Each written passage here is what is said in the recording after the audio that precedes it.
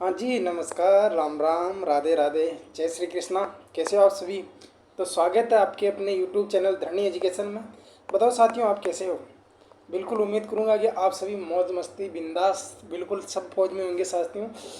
तो साथियों, आप सभी को धरनी एजुकेशन में बिल्कुल दिल खोलकर स्वागत, अभिनंदन साथियों। आज अपनी जो प्रश्नोत्तरी रहने वाली साथियों, 25 क्वेश्चन पर रहने वाली है। बिल्कुल साथियों, आज अपने 25 क्वेश्चन पर अपन प्रश्नोत्तरी रखने वाले हैं। साथियों, आज के क्वेश्चन है ना, वो आपके 1 नंबर के लेवल के क्वेश्चन है साथियों। देखिए साथियों, एक इनका आपके लेवल के क्वेश्चन है साथियों। बहुत ही सोच समझ के उत्तर देना साथियों, जल्दबाजी में गलत मत करना। समझने का ही फर्क है, बाकी सारे क्वेश्चन सरल हैं। ठीक है साथियों। तो साथी, जो भी साथी चैनल में नए हैं, उनको चैनल को लाइक करना है, सब्सक्राइब भी करना है, और जितने आपके पास ग्रुप कंटेंट वगैरह है उन तक सब तक आपका जो चैनल की लिंक है साथियों, वहाँ तक आपको जरूर पहुँचानी है। तो बिल्कुल साथियों, देरी ना करते हुए साथियों, आज का अपना पहला क्वेश्चन साथियों आपके सामने उपस्थित हो चुका है साथियों। फटाफट से इसका उत्तर दे दीजिए कि इसका राइट आंसर क्या होगा साथियों। देखिए साथियों, इसका आप उत्तर दीजिए, फिर मैं आपको पूरी की पूरी चीज़ मैं आपको समझाता हूँ कि ये चीज़ कहाँ से आई है। ठीक है साथियों। अघोष वर्ण क्या होते हैं ये मैं चीज़ बताऊँगा, लेकिन पहले आप उत्तर दीजिए। बिल्कुल सभी लाडलों का स्वागत, अभिनंदन आपके अपने यूट्यूब चैनल धरनी एजुकेशन में। बिल्कुल सभी साथी बहन भाई जो भी है साथियों, क्लास में जुड़ जाइएगा और क्लास को लाइक जरूर कर दीजिएगा। ठीक है साथियों, लाइक का बटन दबा के साथियों आपकी अटेंडेंस उपस्थिति जरूर दर्ज कराया करो साथियों, ताकि मुझे भी लगे कि हाँ, अब सभी साथी जुड़ चुके हैं। बिल्कुल, जो भी साथी अपनी क्लास देखता है उनको कमेंट करके दिखाना है कि साथियों प्रश्नोत्तरी कैसी लग रही है। बिल्कुल, ये कह रहा है कि अघोष वर्ण कौन कौन से होते हैं। देखिए साथियों, मैंने आपको लिखा था कि 3, 4, 5 यारों में किसका स्वर गुजरा साथियों, आपके लव का स्वर गुजरा है। ठीक है साथियों, ये तो मैंने आपको ट्रिक नहीं लिखा है, केवल सीधा सीधा लिखा दिया साथियों। ये तो हो गए साथियों आपके स्वर, कितने ये तो हो गए साथियों, सारे के सारे तीनों जो लाइन लिखे साथियों, ये तो हो गया आपके घोष बोल दूँ तो भी एक ही बात है साथियों, और यदि मैं इनको सघोष बोल दूँ तो भी एक ही बात है। ठीक है साथियों। अब ये तो हो गए सारी की सारी क्या हो गए, सारे सघोष हो गए। ये तो क्या हो गए लाडनों, सघोष हो गए। अब जो बचा वो क्या हो जाएंगे, अघोष हो जाएंगे। यानी तीसरा चौथा पांचवा वर्ग तो कौन सा होता है साथियों, आपके सघोष होता है। लेकिन प्रथम वर्ग और द्वितीय वर्ग क्या होता है, अघोष होता है। कौन सा होता है साथियों, क च ट त प वाला। फिर उसका दूसरा वर्ग जो आपका है वो अघोष में आता है। इसके बाद में साथियों यहाँ पर देखिए तीनों से कौन कौन से, एक तो तालव्य, एक मूर्धन्य, एक दंत्य। तो साथियों, अपने को पूछ रहा है कि अघोष कौन कौन सा होता है, यानी कि अपने को साथियों इसके अंदर कौन सा बताना है साथियों कि अघोष कौन सा होगा। तो साथियों यहाँ पर मैंने देखिए स लिखा हुआ, और यहाँ पर देखिए साथियों ये स है। तो राइट आंसर क्या हो जाएगा, सभी साथियों का डी आंसर राइट हो जाएगा। बिल्कुल सभी साथियों का राइट आंसर क्या हो जाएगा, डी इसका राइट आंसर हो जाएगा। बिल्कुल बिल्कुल। कुछ साथी कमेंट कर रहे हैं कि पेन का रंग चेंज कीजिएगा। बिल्कुल साथियों, आपका पेन का रंग चेंज कर देंगे, लेकिन अपना उत्तर देने का रंग भी थोड़ा चेंज कीजिए आप। ठीक है साथियों, ये पेन का चेंज तो आपके कलर चेंज हो गया। बिल्कुल बिल्कुल, आपने कहा और मैंने किया चेंज। ये लीजिए। ठीक है, ये मैंने पेन का रंग चेंज कर दिया। ये कह रहा है कि विसर्ग संधि का और व्यंजन संधि का, ये भी अच्छा नहीं है क्या? चलो और दूसरा ले लेते हैं, दूसरा रंग ले लेते हैं, ये वाला। ठीक है, ये कह रहा है कि विसर्ग संधि। अब तो यार इससे भी मैच कर रहा है ये, क्या करें? वाइट तो चलेगा ही नहीं, ये वाला भी चलता नहीं, ये वाला ना। ठीक है, अब तो काम कर जाएगा। हाँ, ये काम कर जाएगा बिल्कुल। ये कह रहा है कि विसर्ग संधि और व्यंजन संधि का उदाहरण कौन कौन सा साथियों बताना है। कि ए ऑप्शन आपका कपीस है, बी आपका ऋग्वेद है, बी ऑप्शन आपका महेश है और उज्ज्वल है, सी ऑप्शन आपका निरोग है और सन्मार्ग है, डी ऑप्शन आपका दुर्गुण है और प्रत्येक है। लाडलो, आपको बताना है कि एक हो तो आपका उदाहरण विसर्ग संधि का है और एक उदाहरण आपका व्यंजन संधि का। ये बताना है आपको कि स्वर संधि और व्यंजन संधि और विसर्ग संधि का उदाहरण कौन कौन सा।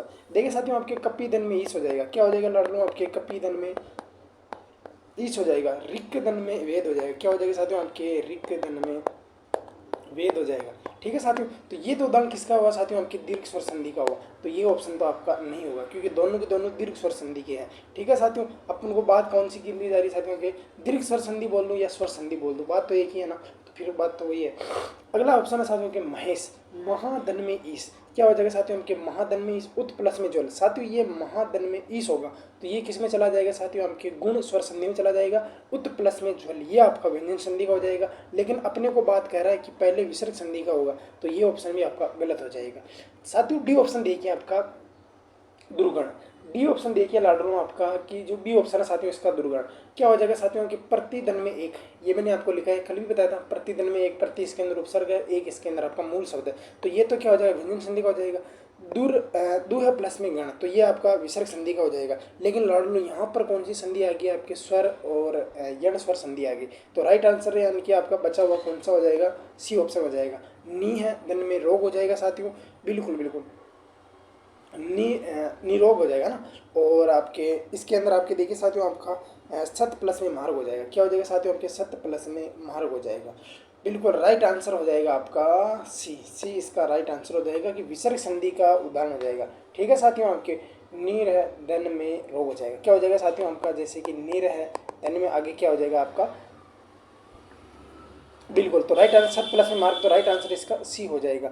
बढ़ते हैं अगले क्वेश्चन की तरफ। ये कहता है कि पवन का संधि विच्छेद क्या होगा साथियों, अयादि स्वर संधि से आया हुआ, फटाफट से आंसर दे दीजिए। अब मैंने बता दिया कि अयादि स्वर संधि से आपका क्वेश्चन पूछा हुआ कि अयादि स्वर संधि का जो पवन है साथियों, पवन का क्या हो जाएगा साथियों आपके एक प वन है, पवन शब्द दिया हुआ साथियों। इसके अगर मैं यदि टुकड़े करूंगा तो प ऐसे निकला वह, ये बचा आपका वह, ये बचा आपका अन। साथियों जहाँ पर भी अव दिखे वहाँ पर आपको मात्रा लगानी है ओ की, कौन सी लगानी साथियों आपकी ओ की। तो प के ऊपर यदि मैं ओ की मात्रा लगाऊंगा तो क्या बन जाएगा पो, आगे क्या बच जाएगा साथियों आपकी, ये देखो वह से निकला हुआ ए, यहाँ पर ए लगेगा पहले फिर आगे आना आएगा, तो राइट आंसर क्या हो जाएगा साथियों आपका डी हो जाएगा। बिल्कुल सभी साथी राइट आंसर कर भी रहे, लेकिन मेरा एक बार फर्ज है बताने का, मैं जरूर ये चीज़ को बता रहा हूँ। ठीक है साथियों, तो 3 का राइट आंसर आपका डी हो जाएगा। अगला क्वेश्चन साथियों इसका आप ही आंसर देंगे, बहुत ही गजब है साथियों। ये मैंने आपको लिखाया भी है कि जहाँ पर आपके डबल ट, शुरू से ले लेते हैं, डबल च, डबल ज, डबल ट, डबल ड और आपका अंतिम ले लीजिए साथियों आपका डबल ड।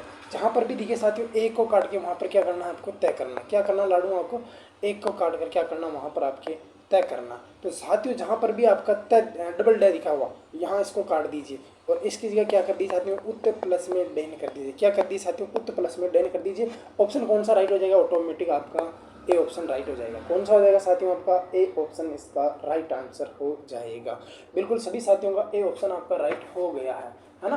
तो बिल्कुल इसी तरह आपको राइट आंसर देते रहना है। बिल्कुल जो साथी चैनल में नए हैं एक बार फिर और उनका तहे दिल से स्वागत अभिनंदन साथियों।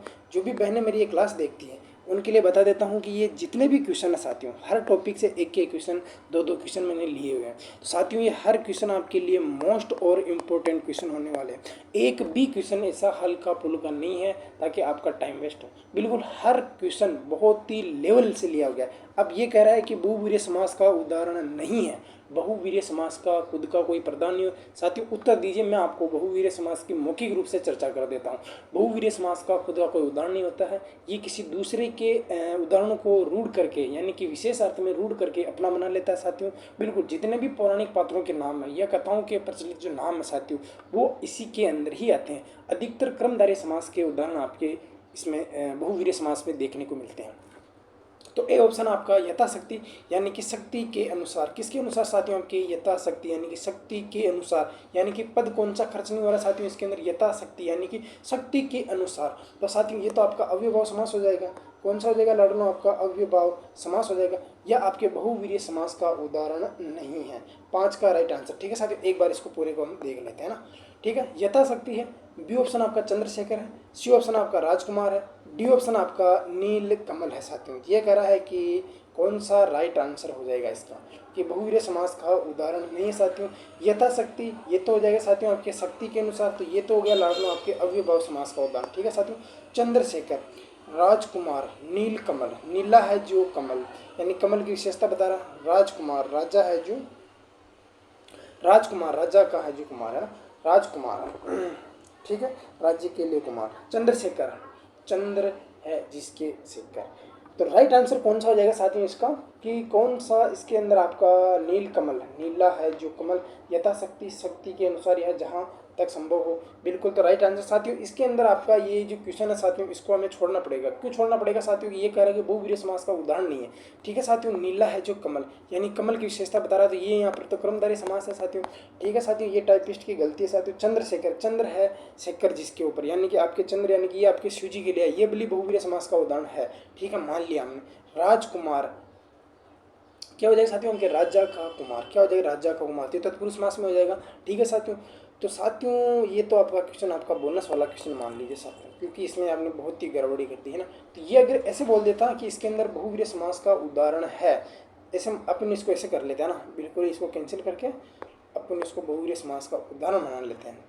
क्या बना लेते हैं साथियों, इसको उदाहरण बना लेते हैं कि कौन सा बहुवीर्य समास का उदाहरण है साथियों। तो कौन सा हो जाएगा साथियों, आपका बी ऑप्शन इसका राइट आंसर हो जाएगा। कि बहुवीर्य समास का उदाहरण है यथाशक्ति आपके अव्ययभाव समास हो जाएगा, राज तो राजा का कुमार हो जाएगा, और नीलकमल नीला है जीव कमल, तो राइट आंसर कौन सा हो जाएगा लाडू, आपका बी हो जाएगा। बढ़ते हैं अगले क्वेश्चन की ओर। प्रतिसण जो शब्द है साथियों, प्रतिसण, प्रतिसण में कौन सा समास है साथियों, प्रतिसण। देखिए साथियों आपको मैंने बताया था साथियों कि एक ऑप्शन नीचे रह गया साथियों, एक बार और ले लेते हैं इसको, बिल्कुल आंसर तो आपका नीचे रह गया साथियों। ये कह रहा है कि जो प्रतिसण है साथियों, प्रतिसण शब्द में कौन सा समास है साथियों, द्विगु समास, कर्मधारय समास, द्वंद्व समास, और साथियों आपका वो बताना है साथियों आपको कि अविभाव समास। देखिए साथियों आपके प्रतिसण यानी हर समय, ये क्या साथियों आपका उपसर्ग है, और उपसर्ग युक्त शब्द किस में आते हैं साथियों, आपके अव्ययभाव समास में आते हैं। रोज मैं एक ही गीत कहता हूँ कि प्रथम पद उपसर्ग युक्त शब्द आते हैं, पुनरावृत्ति वाले शब्द आते हैं, ये सारे के सारे अव्ययभाव समास में आते हैं। तो राइट आंसर इसका डी हो जाएगा। अगला क्वेश्चन है साथियों आपके, इनमें से किस शब्द में उपसर्ग नहीं लगा है, यानी कि उपसर्ग नहीं लगा है साथियों, ये बताना है। पर्यटन, नकटा, संकल्प, हमराज, संकल्प, नकटा, पर्यटन। साथियों बताना है कि उपसर्ग नहीं लगा हुआ, नहीं बताना। उपसर्ग यानी कि वे शब्द जो किसी शब्द के पूर्व पहले प्रारंभ में लगते हैं, इन ये शब्दांश होते हैं, इनका स्वतंत्र अर्थ नहीं होता। ये जिस शब्द के पूर्व पहले प्रारंभ में लगते हैं उस शब्द के अर्थ में परिवर्तन या विकार ला देते हैं साथियों। बिल्कुल बिल्कुल, तो पर्यटन में आपके परिधन में अटन, सम प्लस में कल, हम प्लस में राज, नकटा, इसके अंदर आपका उपसर्ग नहीं लगा है साथियों। तो राइट आंसर 7 का बी हो जाएगा। बिल्कुल सभी साथी राइट आंसर दे रहे हैं, इसी तरह आपको आंसर देते रहना साथियों, और कमेंट करके लास्ट में ये जरूर बताना कि आज साथियों आपने कहा था ना कि 25 क्वेश्चन लाओ, 25 क्वेश्चन लाओ, तो मैं 25 क्वेश्चन भी आपके सामने लेके आ गया हूँ। ठीक है, अब आपको आंसर देने में कोई भी कमी नहीं रखनी। ये कह रहा है कि शासिका शब्द, शासिका शब्द जो प्रयुक्त है, शासिका शब्द में प्रयुक्त प्रत्यय बताना, यानी कि वे शब्दांश जो अभी पहले हमने चर्चा की थी आपने उपसर्ग की, यानी कि वे शब्द जो पूर्व पहले प्रारंभ में लगते हैं, लेकिन साथियों आपका जो प्रत्यय होता है वे शब्द जो किसी शब्द के अंत में लगते हैं, और उस शब्द के अंत में लगकर परिवर्तन या शब्द में परिवर्तन या विकार ला देते हैं, ये शब्दांश होते हैं, इनका स्वतंत्र नहीं होता है। इनमें याद रखना आपके संधि नियम लागू नहीं रहता है। क्या नहीं रहता लाडू में, इसके अंदर आपके संधि नियम लागू नहीं रहता। तो ये शब्द कह रहा है कि इसके अंदर कौन सा प्रत्यय है साथियों, ये तो बिल्कुल छोटा सा क्वेश्चन है साथियों, इसमें तो आपको कोई दिक्कत नहीं होगी। कौन सा हो जाएगा था साथियों आपके शासक, क्या हो जाएगा साथियों आपके शासक, सास धन में एक शासिका हो जाएगा क्या। ठीक है साथियों, इसका राइट आंसर क्या हो जाएगा साथियों आपका सी, इसका राइट आंसर हो जाएगा। क्या हो जाएगा लाडलो आपका सी हो जाएगा। बिल्कुल बिल्कुल, शासिका, शासक धन में इका, शासिका। क्या हो जाएगा साथियों आपका शासक धन में इक्का, क्या हो जाएगा शासिका हो जाएगा ना। ठीक है, तो चलते हैं अगले क्वेश्चन की तरफ। ये कहता है कि कौन सा शब्द अभी उपसर्ग से निर्मित नहीं है, कौन सा शब्द अभी उपसर्ग से निर्मित नहीं है, यानी कि अभी उपसर्ग किस उपसर्ग में नहीं है, यानी कि बताना साथियों कि अभी उपसर्ग से निर्मित नहीं है। अभिशाप, अभिभाषण, अभिमान, अभिनता, अभिशाप है ना, एक है अभिभाषण, अभिमान, अभिनता, यानी कि साथियों आपको बताना है कि कौन सा अभी उपसर्ग से निर्मित नहीं है साथियों। अभिशाप, अभिभाषण, अभिमान, अभिनता। बिल्कुल साथियों, आपका राइट आंसर कौन सा होगा जल्दी से कमेंट कीजिए साथियों। डी ऑप्शन साथी राइट बता रहे हैं कि डी ऑप्शन राइट होगा साथियों। बिल्कुल डी ऑप्शन राइट हो जाएगा, क्योंकि अभी दिन में साप होगा, अभी दिन में भाषण होता है, अभी प्लस में मान होता है, और अभी ये नहीं होता। ठीक है साथियों, भिन्नता नहीं होता, अ धन में भिन्नता, यानी कि इसके अंदर तो क्या है साथियों आपका अ उपसर्ग है। ठीक है, अभी नहीं है, तो राइट आंसर तो इसका डी हो जाएगा ना। अगले क्वेश्चन की बात कर लेते हैं। अगला क्वेश्चन कहता है साथियों कि इनमें से कौन सा भाववाचक संज्ञा से नहीं है, कौन सी भाववाचक संज्ञा नहीं है। बिल्कुल बिल्कुल, यानी कि सिंपल आपको पूछ रहा है कि इनमें से भाववाचक संज्ञा नहीं बतानी है। मिठाई, वीरत्व, लालित्व, उतराई। क्या बताना साथियों आपको कि इनमें से मिठाई, वीरत्व, लालित्व और उतराई। ठीक है साथियों, तो इनमें से बताना है कि साथियों आपका भाववाचक यानी कि भाव का बोध कौन सा नहीं करवा रहा है साथियों। बिल्कुल बिल्कुल बिल्कुल, कौन सा नहीं करवा रहा साथियों, इसका 10 का राइट आंसर है। बिल्कुल 10 का आंसर क्या नहीं करवा रहा साथियों आपके मीठा, मीठा मीठा। अगर साथियों यहाँ पर आता है आपके मीठा, तो साथियों वो भाव में चला जाता है। यानी कि मीठा। लेकिन साथियों यहाँ पर बात की जा रही है मिठाई की, तो साथियों मिठाई तो कौन सी हो जाएगी साथियों, आपकी जातिवाचक हो जाएगी। कौन सी हो जाएगी लाडलों, आपकी जातिवाचक हो जाएगी। अब जातिवाचक में भी कोई सी भी मिठाई हो सकती है, लड्डू की हो सकती है, बर्फी हो सकती है, गुलाब जामुन हो सकते हैं, केसर बाटी हो सकती है, रसगुल्ला हो सकता है, रसमलाई हो सकती है, बहुत सारी मिठाइयाँ हो सकती है साथियों, जलेबी हो सकती है। तो राइट आंसर तो इसका ए हो जाएगा। क्या हो जाएगा साथियों, इसका राइट आंसर ए हो जाएगा। बिल्कुल सभी साथी क्लास को लाइक कर दीजिएगा साथियों, बिल्कुल। अब देखिए साथियों, आपका सर्वनाम से टॉपिक क्वेश्चन आया है कि सर्वनाम से आपको बताना है कि जो पुरुषवाचक सर्वनाम से संबंधित वाक्य कौन सा है। पुरुषवाचक सर्वनाम से संबंधित वाक्य बताना कि वह आवश्यक कार्य से अजमेर गया, वह आवश्यक कार्य से अजमेर गया।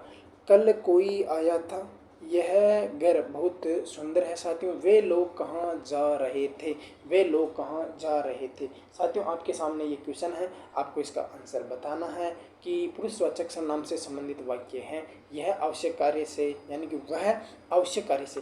कल कोई आया था, कोई का मतलब बोले तो साथियों आपकी ये किसका बोध करवाता साथियों आपके, देखिए साथियों कोई कुछ किसी की नहीं, ये किसका बोध करवाते साथियों आपके अनिश्चयवाचक का। किसका करवाएंगे लाडलों, अनिश्चित या अनिश्चयवाचक, है ना, अनिश्चयवाचक का। मैं आपको अभी पूरा का पूरा सर्वनाम ही आपको मौखिक रूप से सुना दूंगा। यह घर बहुत सुंदर है, यह घर बहुत ही सुंदर है। साथियों ये आपका निश्चयवाचक का बोध करवा रहा है। किसका बोध करवा रहा है साथियों, आपके सर्वनाम के संदर्भ में बात की जा रही है, तो किसका बोध करवाएगा साथियों, आपकी ये है। यानी कि ये वाक्य में आपको सर्वनाम से संबंधित समझा रहा हूँ। बाकी तो यह शब्द आपकी ये सार्वनामिक सर्व, कौन सा साथियों के, ऐसे मान लीजिए सार्वनामिक विशेषण है, क्योंकि यह घर, यह बहुत सुंदर घर है। अगर ऐसा होता तब ये मान लीजिए साथियों आपका निश्चयवाचक सर्वनाम हो जाता। लेकिन ये जो यह शब्द साथियों ये घर के लिए आया, तो कौन सा हो जाएगा, सार्वनामिक विशेषण हो जाएगा। कौन सा हो जाएगा लाडलों, आपका सार्वनामिक विशेषण हो जाएगा। वे लोग कहाँ जा रहे हैं, वे लोग कहाँ जा रहे थे, वे लोग कहाँ जा रहे थे साथियों। अब देखिए साथियों यहाँ पर भी आपकी गड़बड़ी हो जाएगी, क्योंकि साथियों आपका वे शब्द आ रहा है और वह आपके लोग के लिए आ रहा है साथियों। तो वह आवश्यक कार्य से अजमेर गया, वह आवश्यक कार्य से अजमेर गया। वे लोग कहाँ जा रहे हैं, वे लोग कहाँ जा रहे हैं, जा रहे थे। ठीक है साथियों, तो वापिस वही कन्फ्यूजन, क्योंकि देखिए साथियों, देखिए वह शब्द का प्रयोग भी होता है साथियों और वे शब्द का प्रयोग भी किस में होता है साथियों, आपके अन्य पुरुषवाचक में होता है। किस में होता है साथियों, आपके अन्य पुरुषवाचक में होता है। किस में होता है साथियों, आपके अन्य पुरुष में होता है। कौन कौन से होता है, एक तो वह, यह, वह, ये, वे, इन शब्दों का प्रयोग होता है साथियों। तो ये क्वेश्चन भी आपका बोनस वाला हो गया लाडलो। क्यों हो गया साथियों, क्योंकि वे लोग कहाँ जा रहे हैं, तो वे आ रहा है ना इसके अंदर, तो वे सर्वनाम में बिल्कुल 100% अन्य पुरुषवाचक सर्वनाम में आता है। वह आवश्यक कार्य से अजमेर गया, तो अभी साथियों वह आपके बिल्कुल बिल्कुल राइट। बिल्कुल मैं आपको पूछ रहा हूँ कि वे लोग कहाँ जा रहे थे। ठीक है, वह आवश्यक कार्य से अजमेर गया, वह आवश्यक कार्य से अजमेर गया। मैं आपको कह रहा हूँ कि वह आवश्यक कार्य से अजमेर गया, तो साथियों आपका दोनों ही राइट हो जाएगा। यानी कि साथियों ये भी आपका ऑब्जेक्शन वाला क्वेश्चन हो गया। देखिए साथियों ऑब्जेक्शन वाला हो या मत हो, लेकिन साथियों आपको अगर ये पता है कि ये क्वेश्चन गलत है, तो साथियों एक तरीका ये सोचिए मन में कि साथियों इसमें आपकी बहुत ज़्यादा अच्छी तैयारी है, ताकि आपको पता तो चल रहा है कि ये क्वेश्चन गलत है, लेकिन गलत होने के बाद में अगर आप इसको सही कर रहे हो, इसका मतलब आपकी बहुत ही खतरनाक तैयारी साथियों। बिल्कुल साथी, तो इसका राइट आंसर तो देखिए साथियों कुछ नहीं होगा, नहीं स्टार लगा दिया मैंने। ये कह रहा है कि दृश्य बहुत ही मनोरम था। वाक्य में मनोरम का विशेषण भेद कौन सा साथियों आपको बताना है। ये बताना है कि मनोरम में कौन सा विशेषण है, गुणवाचक विशेषण, परिमाणवाचक विशेषण, संख्यावाचक विशेषण, और इनमें से कोई नहीं। यानी कि इनमें से कोई नहीं, इस वाला तो हट ही जाएगा। अब बात करनी है 3 वाले की। देखिए साथियों यहाँ पर अगर मात्रा का बोध करवाता है, यानी कि नाप माप तोल का करवाता तो परिमाणवाचक हो जाता। क्या होता साथियों, अगर यहाँ पर संख्या का बोध होता, संख्या का बोध होता साथियों, यानी कि निश्चित संख्यावाचक या अनिश्चित संख्यावाचक। निश्चित संख्यावाचक में आप सभी को पता है कि गणना, क्रम, आवर्ती, समूह या समुदाय होता है। ठीक है साथियों, अनिश्चित में आप सभी को पता है कि वे अव्यय शब्द जो किसी संज्ञा या सर्वनाम की निश्चित संख्या का बोध, अनिश्चित संख्या का बोध करवाते हैं और अनिश्चित संख्या का बोध करवाते हैं। वो आप सभी को पता, भेद बता रखे मैंने। वे संज्ञा या सर्वनाम जो किसी विशेषण की निश्चित मात्रा का बोध करवाते हैं तो निश्चित परिमाणवाचक हो जाता है, और अनिश्चित मात्रा का बोध करवाते हैं तो अनिश्चित परिणामवाचक हो जाता है। लेकिन अब बात करते हैं साथियों आपके गुणवाचक विशेषण की। वे संज्ञा या सर्वनाम जो किसी विशेषण की रंग है, रूप है, रंग रूप दशा, आकृति, स्वभाव, इन सभी का बोध करवाता है साथियों कि वह दृश्य जो यानी कि वह बहुत ही मनोरम दृश्य है। किसका बोध करवा रहा है साथियों? आपके मनोरम, मनोरम तो गुण का। किसका बोध करवा रहा है साथियों? आपके गुण का बोध करवा रहा है। किसका बोध करवा रहा है? 12 का राइट आंसर क्या हो जाएगा साथियों? आपका ए हो जाएगा। देखिए साथियों, मैंने आपको बता दिया कि ये ऑप्शन का ए होगा, गुण के अंदर बता दिया कि वह दृश्य बहुत ही मनोरम था, तो राइट आंसर क्या हो जाएगा लाडलो? इसका ए हो जाएगा। अगले बढ़ते हैं साथियों कि द्विकर्मक जो द्विकर्मक वाक्य में को प्रसर्ग आता है साथियों। देखिए साथियों, ये मैंने आपको जब वाक्य निर्माण पढ़ाया था ना साथियों कि वाक्य शुद्धिकरण कैसे किया जाता है, उसके अंदर मैंने आपको बताया था साथियों।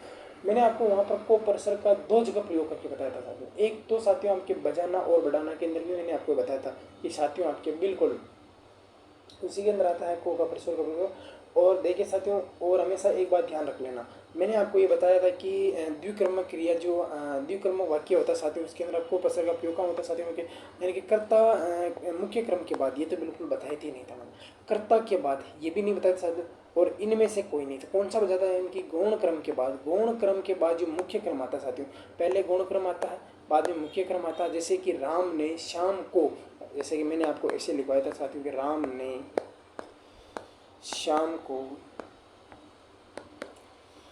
पुस्तक पढ़ाई। क्या पढ़ाई साथियों? आपकी पुस्तक पढ़ाई। तो साथियों ये तो कर्ता के साथ में, ये पूछ रहा है कि कर्ता के बाद में, तो कर्ता ये रहा साथियों, और ये कर्ता ये रहा, तो इसके बाद में भी नहीं सकते। मुख्य क्रम के बाद, मुख्य क्रम कौन सा था? क्या पढ़ाई साथियों? आपकी पुस्तक, पुस्तक के बाद में आई नहीं रही साथियों, तो ये को प्रसर्ग का प्रयोग कहाँ हो रहा साथियों? आपके गौण क्रम के बाद। ये साथियों पहले गौण क्रम आएगा, फिर ये मुख्य क्रम आएगा, इसके बाद में आता है, तो राइट आंसर क्या हो जाएगा साथियों? आपका सी हो जाएगा। समझ में आया ना साथियों? आपके गौण क्रम और मुख्य क्रम दोनों क्रम अलग अलग होते हैं। क्या पढ़ाई? पुस्तक पढ़ाई। किसको पढ़ाई? शाम को पढ़ाई। किसको पढ़ाई साथियों? के शाम को पढ़ाई। क्या पढ़ाई? पुस्तक पढ़ाई। किसने पढ़ाई? राम ने पढ़ाई। ठीक है साथियों, आगे समझ में बात। किस वाक्य में प्रेरणार्थक क्रिया है? देखिए साथियों, प्रेरणार्थक क्रिया किसे कहते हैं? जब किसी वाक्य में कर्ता स्वयं कार्य ना करके, यानी कि साथियों ध्यान से सुनिएगा, जब किसी वाक्य में कर्ता स्वयं कार्य ना करके किसी और को कार्य करने के लिए प्रेरित करता है तथा स्वयं प्रेरक बनता है, वो क्या कहलाती साथियों? आपकी प्रेरणार्थक क्रिया कहलाती। जैसे कि पिता ने पुत्रों से खेत का काम करवाया, माता ने बच्ची से चाय बनवाई, राधा ने कृष्ण से बांसुरी बजवाई, मैंने आपसे गृह कार्य करवाया, आपने मुझसे पाठ समझवाया। तो ये सारी की सारी जो वाया वाई ये शब्द आते, वाता वाती ये सब जाता है, उसमें आ जाता है, ध्यान रखना। लड़का बहुत पढ़ रहा है, ए ऑप्शन। किसान खेत के सूखे पेड़ कटवा चुका है, काटे नहीं कटवा चुका है, याद रख लेना, ये आपका क्वेश्चन आंसर हो सकता है। आगे और देखते हैं। आप बहुत ईमानदार हो साथियों, तो गुण बता रहा है। मेरी छत टपकती है, ये तो हो गई नहीं, टपकने दो उसको तो ना। किसान ने खेत के सूखे किसान ने खेत के सूखे पेड़ कटवा किसान खेत के सूखे पेड़ कटवा चुका है, यानी कि चुका चुकी, ये भी बताया था साथियों, कटवा चुका है, यानी कि साथियों वो काट चुका नहीं, कटवा चुका है, यानी कि खुद कार्य ना करके किसी और को कार्य करने के लिए प्रेरित कर रहा है साथियों। तो यहाँ पर आपका राइट आंसर क्या हो जाएगा लाडलो? बी आंसर हो जाएगा। बढ़ते हैं नेक्स्ट क्वेश्चन की तरफ। ये कह रहा कि अरे जरा इधर तो आ, अरे जरा इधर तो आ वाक्य में कौन सा अव्यय है साथियों? अगर लाडनो ये चिन्ह देखकर भी आपको अगर कंफ्यूज हो रहा है कि यार इसमें कौन सा होगा, तो फिर तो साथियों आपके दिमाग में बहुत ही बड़ी खिचड़ी पक रही है साथियों। पता नहीं वो खिचड़ी कौन सी पक रही है। अरे भाई जरा देख कर चलो। अरे क्या तुम पास हो गए? हे भगवान बहुत बुरा। क्या वो पास हो गया? अच्छा उसने ऐसा कहा। अबे उठ, दी महाराज आ रहे हैं, राधे राधे, शिव शिव, शंभु शंभु। इसके अंदर भी आपका विस्मय आदि बोधक चिन्ह का प्रयोग होता है साथियों। परिमाण यानी कि मात्रा होती तब आपके परिमाण का बोध करवाता ना साथियों। प्रत्यक्ष प्रसंग का बोध करवाता बताना। काल, काल का मतलब यहाँ पर काल का तो काम ही नहीं आ रहा है कि मनोज प्रातः काल घूमने जाता है, ठीक है, तो प्रातःकाल एक समय का बोध करवा रहे हैं, यहाँ तो समय आ ही नहीं रहा साथियों। सीधा चिन्ह देकर आपको पूछ रहा, फिर भी आप कंफ्यूज हो रहे साथियों। ऐसे मत कीजिएगा प्लीज़, ऐसे करने से क्या है कि आपका काम नहीं चलेगा साथियों। फटाफट से आंसर देना है बिल्कुल, तो राइट आंसर आपका सी हो जाएगा। अगली बात करते हैं कि इनमें से पुल्लिंग शब्द है साथियों, यानी कि इसमें से पुल्लिंग शब्द को काट दूं तो यानी कि पुरुष जाति का बोध करवाने वाला शब्द कौन है साथियों, ये बताना आपको। सीधी भाषा में बोलूँ तो मजा, सजा, कजा, रजा। देखो साथियों, मजा आता है, सजा होती है, कजा होती है, रजा होती है, ठीक है साथियों।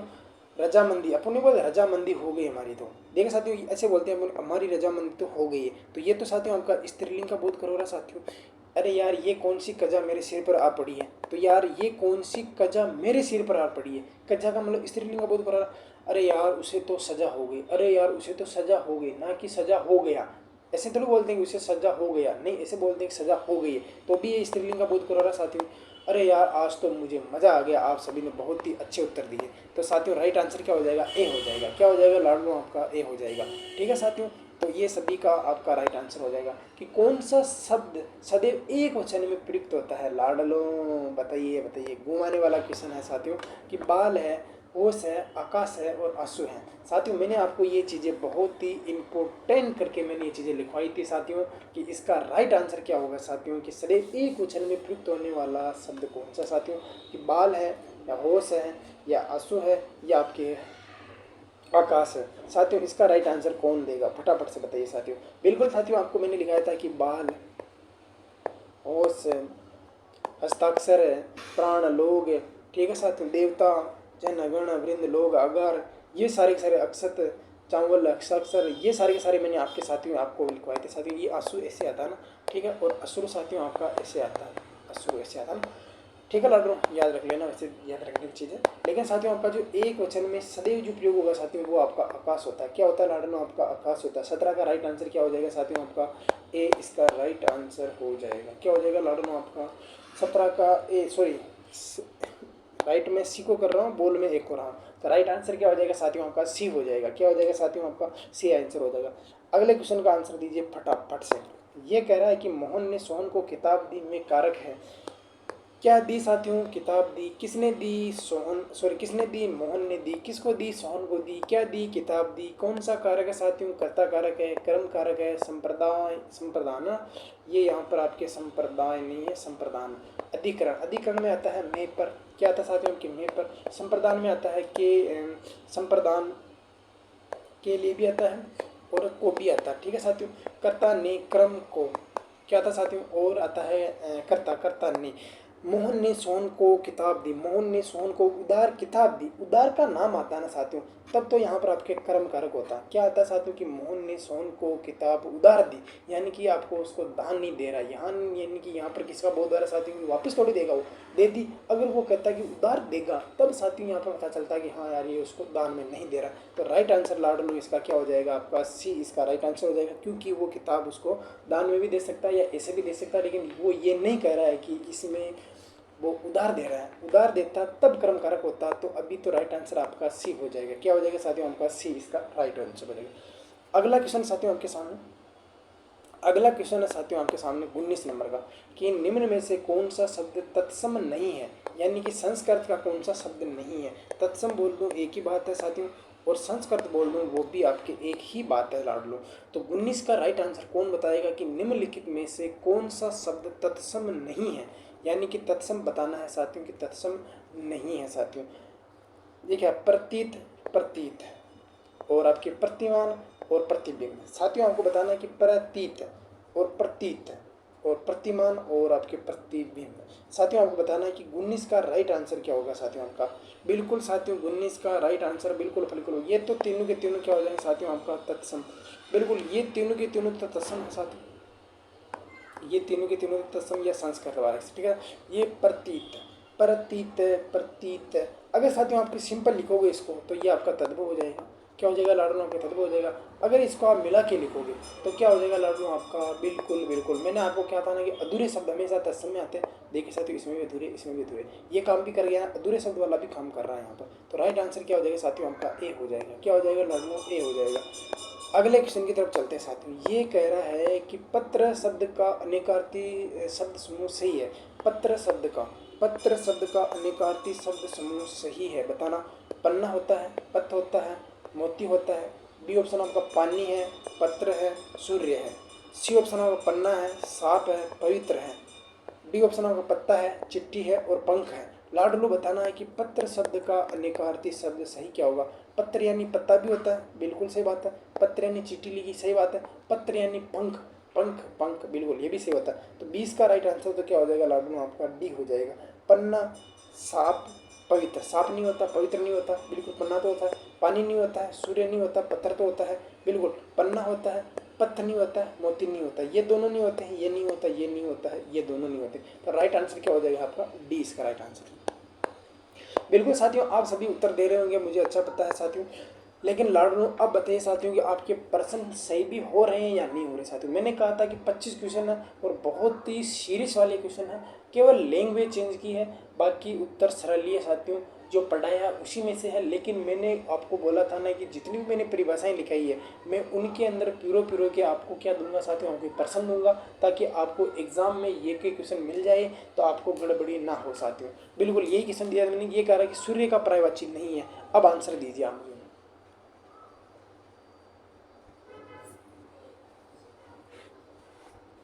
सूर्य का पर्यायवाची नहीं है। भास्वर, अगर यहाँ पर भास्कर होता तब हो जाता, लेकिन ये तो भास्वर साथियों, क्या है भास्वर, तो नहीं होगा। प्रकाश इसका नहीं होता, तेज इसका नहीं होता, तो बच गया कौन सा साथियों, उनके मारतंड।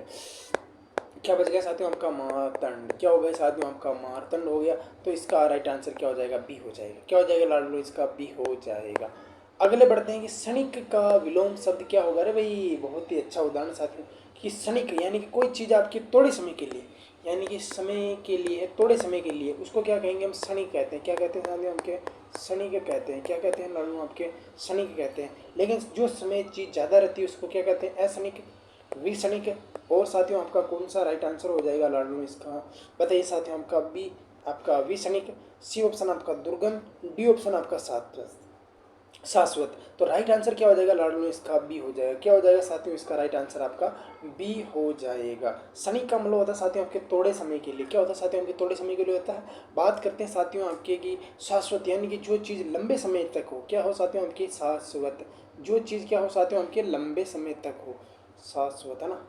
यहाँ इधर लिख देता हूँ मैं, वैसे लिख रखा है मैंने नीचे। शाश्वत का मतलब होता है साथियों जो चीज़ लंबे समय तक होती है। तो राइट आंसर 22 का क्या हो जाएगा साथियों, आपका डी हो जाएगा। अगले क्वेश्चन की तरफ चलते हैं साथियों। कुंजन और कुंजन जो शब्द है साथियों, इसका सही अर्थ बताना साथियों कि एक तो छोटा कुंजन है और एक बड़ा कुंजन है। कुंजन है साथियों, हमको कुंजन नहीं बोलना, ठीक है साथियों। छोटा कुंजन और बड़ा कुंजन शब्द का सही विकल्प चुनिए साथियों। ए ऑप्शन आपका दुष्ट, पक्षियों की चहचहाहट, है ना, चाहत नहीं साथियों, आपकी चाहत, है ना। दुर्ग धातु की बनी चीज है। हाथी या पेड़ों का समूह है। किया हुआ या खरीदा हुआ। तो साथियों हमको बताना कि छोटा जो कुंजन होता है साथियों, सॉरी कुंजन है ना, छोटा कुंजन और बड़ा कुंजन का अर्थ क्या होगा, ये आपको बताना है। क्या राइट आंसर हो सकता है इसका, ठीक है साथियों, कुजन और कुजन। ठीक है साथियों, तो 23 का राइट आंसर क्या होगा साथियों, आपका ए हो जाएगा। यानी कि जो छोटा जो कुजन होता है साथियों, इसका मतलब होता है साथियों आपका दुष्ट। क्या होता है लाडनू, आपका दुष्ट होता है। लेकिन ये होता है कुजन। कुजन का मतलब होता है पक्षियों की चहचहाहट। क्या होती है लाडनू, आपकी पक्षियों की चहचहाहट। तो राइट आंसर तो क्या हो जाएगा साथियों, आपका ए हो जाएगा। क्या हो जाएगा भैया, ए इसका राइट आंसर हो जाएगा। बढ़ते हैं साथियों, आज का अपना सेकंड लाइन क्वेश्चन है कि ईश्वर का कोई आकार नहीं होता है साथियों, तो उसके लिए क्या कहेंगे। यानी कि जिस चीज़ का कोई आकार नहीं होता उसे क्या कहते हैं अपन, सरोकार, साकार या निराकार या फिर कोई नहीं। क्या कहेंगे लाडलो उसको एक शब्द में, कि जिसका कोई आकार नहीं होता, वो भी किसका साथियों, आपके भगवान का। भगवान का कोई आकार नहीं होता साथियों, केवल हमने मान रखा कि हाँ ऐसे हैं ऐसे हैं ऐसे हैं। बिल्कुल ये बात है कि ईश्वर का कोई आकार नहीं होता साथियों, किसी भी रूप में हो सकते हैं, किसी भी पत्थर में हो सकते हैं, किसी भी पेड़ में हो सकते हैं, किसी भी नदी में हो सकते हैं, किसी भी पर्वत में हो सकते हैं, किसी भी झील में हो सकते हैं। देखिए साथियों प्रत्येक कण कण में भगवान है, ठीक है साथियों। वो कहते हैं नहीं मानो तो मैं गंगा हूँ, ना मानो तो मैं बहता पानी हूँ। तो राइट आंसर कौन सा दे रहे हैं साथी, सभी साथी सी इसका राइट आंसर दे रहे हैं कि ईश्वर का आकार नहीं होता है, इसके लिए निराकार, निर्धन में आकार। निर का अधिकतर आपके नहीं के अर्थ में आता है, और न का भी नहीं में आता है, अ का भी नहीं में आता है, स का आपके सहित में आता है। तो याद रख लेना साथियों, ये कुछ आपके क्वेश्चन थे साथियों। और आज का अपना अंतिम क्वेश्चन है साथियों कि पानी में आग लगा देना। अब बताइए साथियों कि आज आपने किन किन ने पानी में आग लगाई साथियों। बिल्कुल वो आग नहीं लगानी साथियों कि, लेकिन ये प्रश्नोत्तरी में आग किसने लगाई साथियों। पानी में आग लगाने का मतलब बताना साथियों कि ये कह रहा है कि पानी में आग किसने लगाई साथियों। ये कह रहा है कि साथियों आपके पानी में आग लगाना, पानी में आग लगाने का मतलब होता है साथियों आपके सब कुछ मटिया मेट कर देना, सब कुछ मटिया मेट कर देना। ठीक है लड़नों, ये कह रहा है कि लोगों को चमत्कृत कर देना। गर्मी के कारण जलाशयों का सूख जाना। ठीक है साथियों, जहाँ झगड़ा होना पहली बात तो असंभव था, जहाँ झगड़ा होना असंभव हो वहाँ झगड़ा करा देना। क्या करा देना साथियों कि पानी में आग लगा देना। साथियों ये भी मैच नहीं खाता है, ये दोनों तो मैच खा ही नहीं रहे, वैसे यही मैच खा रहा है कि पानी में आग लगा देना। यानी कि जहाँ पर लड़ाई ना हो रही हो, वहाँ पर भी ऐसा शेर बहादुर योद्धा जो लड़ाई करा दे, वही तो साथियों आपके पानी में आग लगा सकता है। तो राइट आंसर क्या हो जाएगा इसका? डी हो जाएगा। डी इसका राइट आंसर हो जाएगा। बिल्कुल, जो साथी चैनल पर नहीं है, अब बात कर लेते हैं साथियों अपन 2 मिनट की। बिल्कुल, अपनी क्लास के 25 क्वेश्चन रहेंगे, तब हम 35 मिनट में कवर करेंगे और कोशिश करेंगे कि 25 क्वेश्चन आपके 30 मिनट तक कवर हो जाए साथियों, और 5 मिनट हम एक्स्ट्रा चर्चा कर लें साथियों। 5 मिनट में चर्चा ये करनी है कि आप साथी कमेंट करके ये बताया करो कि आपके कितने क्वेश्चन सही हो रहे हैं। और जो साथी चैनल में नहीं है उनको तो चैनल आपको सब्सक्राइब करना है। और एक बात है कि शेयर करने में आपको कोई भी कंजूसी नहीं रखनी है साथियों। जितने साथी ज़्यादा शेयर करेंगे तो ये क्लास अपनी लाइव होने लगेगी साथियों। तो आपका सॉल्यूशन और ज़्यादा टाइट होने लगेगा साथियों। याद रख लेना, अगर आप जिस लेवल की तैयारी कर रहे हो, अगर उस लेवल में अगर आपके MCQ दे रखा है, क्या दे रखा है साथियों? अगर MCQ दे रखा है, फिर अगर आप उसके अंदर अगर गड़बड़ी कर रहे हो कि यार MCQ तो मैं नहीं निकालूंगा, मेरे को तो थोड़ी आ रही है, मेरे को सब चीज़ आने लग गई है, मेरे तो सब क्वेश्चन राइट हो रहे हैं, मेरे को सब टॉपिक आ रहे हैं, याद रख लेना आपको मास्टर नहीं बनना है। ठीक है, आप जितने ज़्यादा MCQ निकालोगे टॉपिक उतना ज़्यादा क्लियर होगा। क्यों? क्योंकि अगर द्वंद्व समास के बारे में आया तो आपके दिमाग में ऑटोमेटिक द्वंद्व समास चलेगा। अगर मैं आपके स्वर संधि से क्वेश्चन पूछूंगा तो स्वर संधि के 5 भेद आएंगे। अगर मैं आपके दीर्घ स्वर संधि से पूछूंगा तो दीर्घ स्वर संधि के 3 नियम आपके दिमाग में चलेंगे। अगर मैं आपको अरबी फारसी वाले अगर प्रत्यय से लूँगा तो साथियों आपके वो दिमाग में आएंगे, वो आपके उपसर्ग आपके दिमाग में आएंगे। संज्ञा से लूँगा या भाववाचक से लूँगा तो आपको परिभाषा याद आएगी, उसके नियम याद आएगा। अगर मैं सर्वनाम से लूँगा तो उसके नियम याद आएंगे साथियों।